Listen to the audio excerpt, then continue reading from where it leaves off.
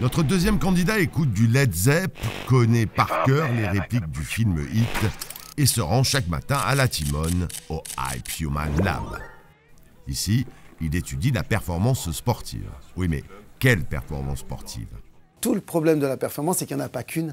Il y a des tas de chemins qui permettent d'atteindre la performance et que nous, ce qu'on essaie effectivement de voir, c'est essayer de mieux comprendre comment individuellement la personne a une stratégie pour atteindre cette performance et comment, quand on détermine bien cette stratégie, on peut l'aider à l'accentuer. C'est-à-dire l'objectif n'est surtout pas de modéliser, parce qu'il n'existe pas de modèle dans la haute performance et c'est là où le laboratoire bascule dans son aspect très recherche. C'est-à-dire que là, on va monter des expériences pour arriver à déterminer quel est le bon chemin à donner à l'athlète pour qu'il essaye d'optimiser sa performance et aller chercher ces fameuses médailles. L'ingénieur et ses équipes, qui travaillent avec de nombreuses fédérations et clubs de haut niveau, doivent d'abord analyser la discipline de l'athlète concerné, ses déterminants génériques. Pour simplifier, savoir si le sport s'appuie avant tout sur la force, l'explosivité ou encore la précision. Bref, comprendre la discipline. Une fois qu'on a compris la discipline, on teste l'athlète. Et on lui fait passer une batterie de tests, comme vous voyez ici, la piste, où on peut aller travailler sur un certain déterminant de la vitesse en particulier.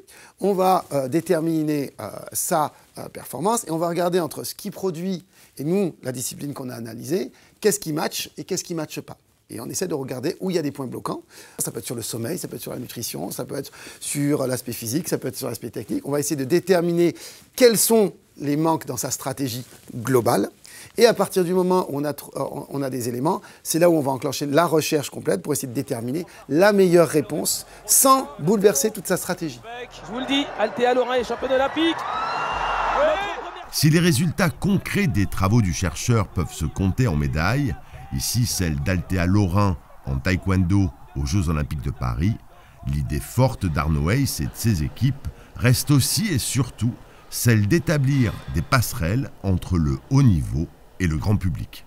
L'idée même de base de la construction du laboratoire, c'était effectivement de voir comment les extrêmes pouvaient aider le grand public. C'est-à-dire qu'effectivement, l'intérêt, c'est avec l'apparition du sport santé, et on connaît tous les bienfaits pour soigner de nombreuses maladies du sport. L'idée, c'était de voir, est-ce que le modèle haut niveau pouvait nous aider, au même titre que la Formule 1, par exemple, on donne toujours cet exemple, aide au niveau de la sécurité dans nos voitures de tous les jours. Et en fait, on s'est rendu compte qu'effectivement, on pouvait faire le même modèle.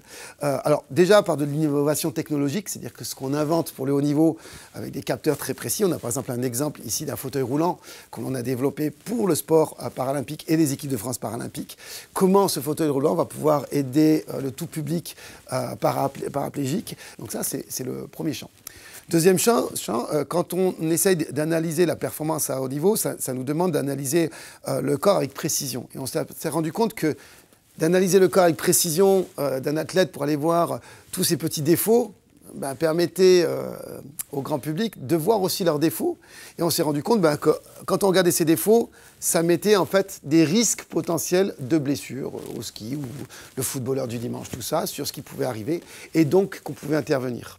Et par exemple, on a beaucoup de projets aujourd'hui, le laboratoire, la moitié de nos projets, sur des techniques qui nous viennent du haut niveau, sont basés effectivement sur des patients atteints de maladies comme des maladies neurodégénératives, comme des post-AVC, comment aider la rééducation ou la fatigue post-AVC. Voilà, donc avec un certain nombre de travaux, on essaye effectivement, après, derrière, d'améliorer la vie de ces patients.